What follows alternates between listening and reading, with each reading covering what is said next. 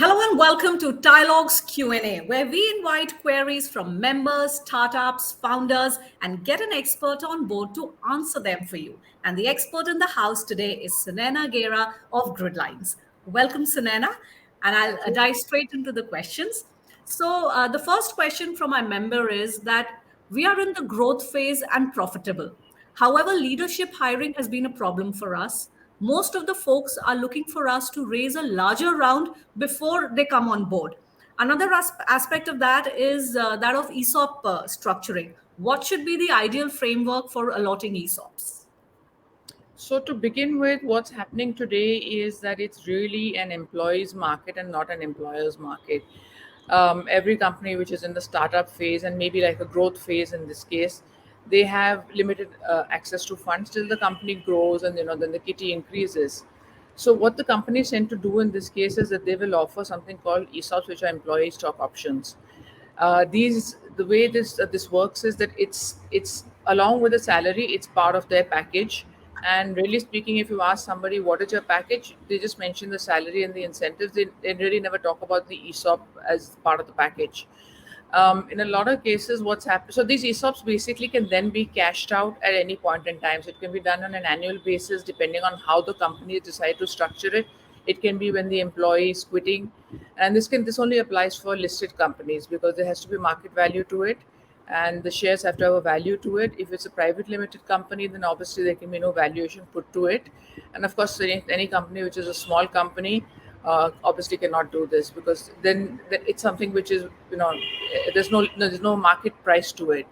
Now the challenge that is being faced is, like I said, the candidates are expecting much higher salaries and companies are not able to pay it, and then they're talking about the next round. The reason they want to wait for the next round is because then they feel the company will be more cash rich by then, and then maybe then they can afford the higher package rather than do the package plus the ESOP. So the employer is basically trying to keep the package down, the employee is trying to bargain for a higher salary, and it's that balance and trade-off which is really what's happening right now. uh, Okay. the second part of it is that what are the compliance checks on this is what I think is another aspect that they've asked. So really speaking, there's no such given rules, there's no such given mandates, there's no such given framework. It's independent to each company. Everybody can do exactly as they choose, and everybody does their own structuring. So as such, there's no one structure that holds good, or any kind of what I would call as a compliance related issue that one has to keep in mind, other than the fact that it has to be pre-established before the employee joins. I think that would Okay. cover the answer. Okay. Thanks, Nana. Okay. The next question is a three-part question. We'll take them one by one. So, are there any compulsory compliances for interns? Yes, there are. And the Apprentice Act gets applied. It has a truckload of compliances. So it is always suggested to get a fixed term contract with minimum stipend involved.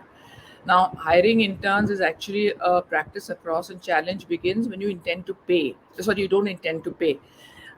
This only can is only applicable if you're 18 years and above.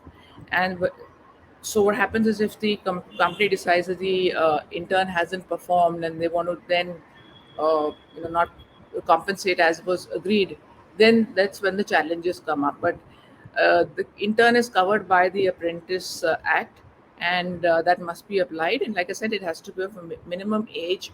The candidate has to be minimum age of 18. Okay. So, the next part is how to decide ESOP percentage with salary. I think so. Partly, I answered that question in the first part itself, wherein I mentioned that ESOPs are dependent on company to company. Every company decides how much to give as part of the ESOP structure, how much to give as the fixed, and how much to give as the compensation. Uh, Depending on there are companies where I know somebody was expecting a salary of a crore and he was offered 50 lakhs and the balance in ESOPs. Obviously the employee didn't take it, but there are cases where, and that was at a CEO level. So there's no such fixed rule. It's really dependent on organization to organization, their growth phase, their ability to pay, and their desire also in some ways to pay out. Or they feel that if the employees kind of invested with them through stock options, then the chance of motivation of the candidate, which anyways at the senior level is high, but then the motivation levels are that much higher, and the candidate then will work that much harder towards getting the goals. Okay. The third part and the last part of this question is employee hiring precautions and layoff procedures that a Yeah. company must follow. Very critical. Hiring procedures, hiring precautions. I think you need a background check. There are companies who do the background check. There are softwares available. You need to check the career history. Sometimes you need to get it ratified. Sometimes you need to get it actually cross-checked by the past employees.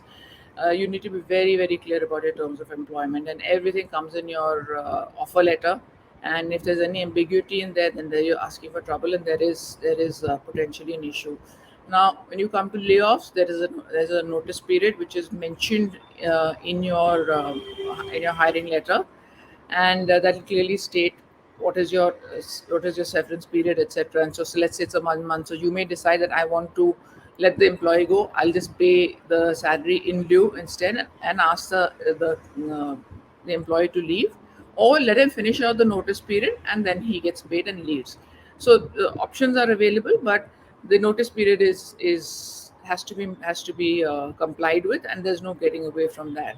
And once that's done, then you must have like a no objection certificate signed by the employee. Okay. The next question from a member is how to retain senior employees.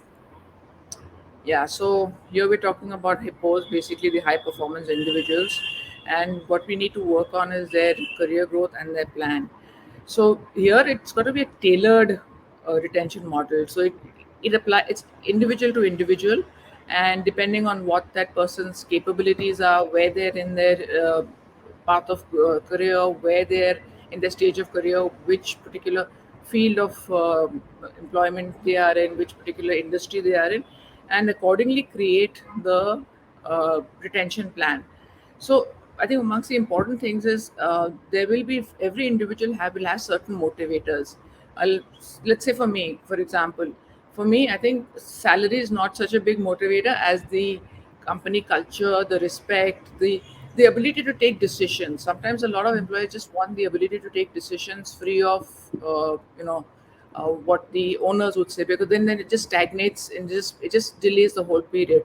So you've got to identify what is your motivating factor, and then accordingly create this for your high performance individuals.